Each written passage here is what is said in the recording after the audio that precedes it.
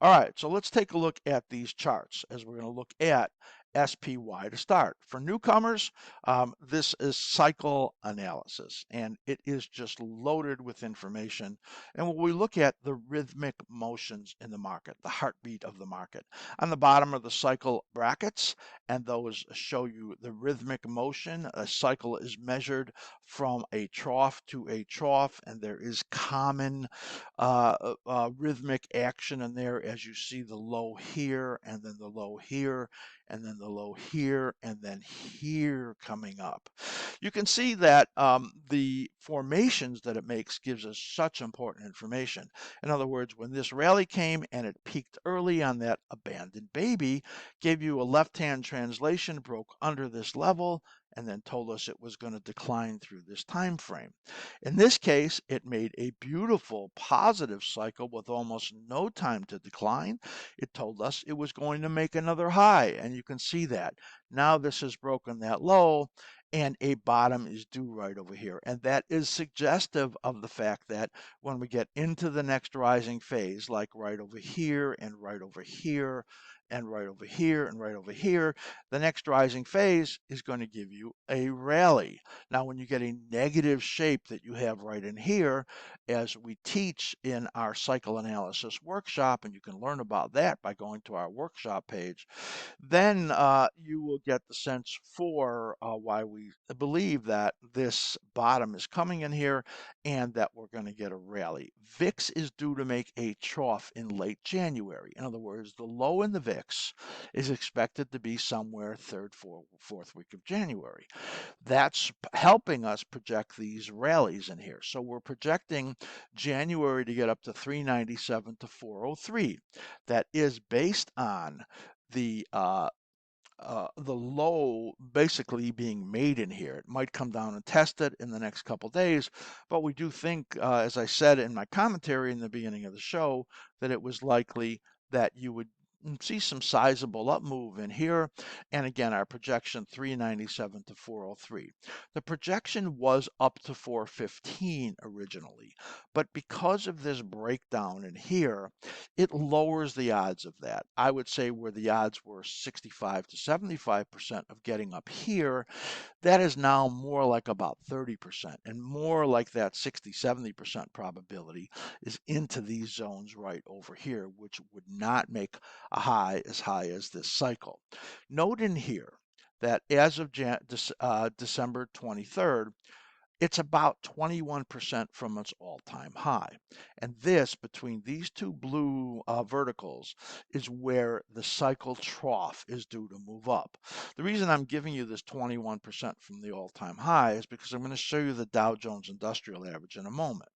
But again, let's look at these key cyclical movements.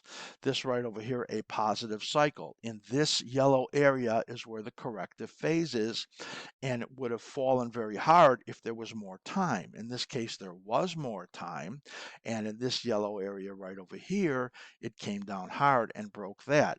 In this case, somewhere out over here, in about the 3rd to 4th week of January, it sets up that next big decline, which we think is going to ultimately have an additional cycle out over here, take it out into March with lower lows out there. So I'm just giving you the short-term analysis here, but talking about that. So this rally right in here, expecting 397 to 403 on SPY coming sometime in January. That could give you some decent long side trades. And I want to comment that Dow and Dow stocks are much stronger.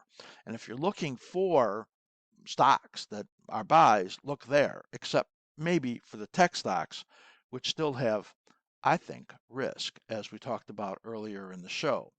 So we're looking at the Dow. You can see in here that, again, we were looking for a low to come here in these coming days. Now, what I want you to notice is while the S&P 500 was down 21% from its all-time high, the Dow is only down 11.3%. Now, when I give my end of the year show, when I give that analysis, it's going to show that the Dow is likely to do much better coming into middle of next year than the S&P 500, as it's been doing right in here. And I think that the money is really flowing into those big old stocks and the industrials and the pharmaceuticals and some of those medical insurance companies.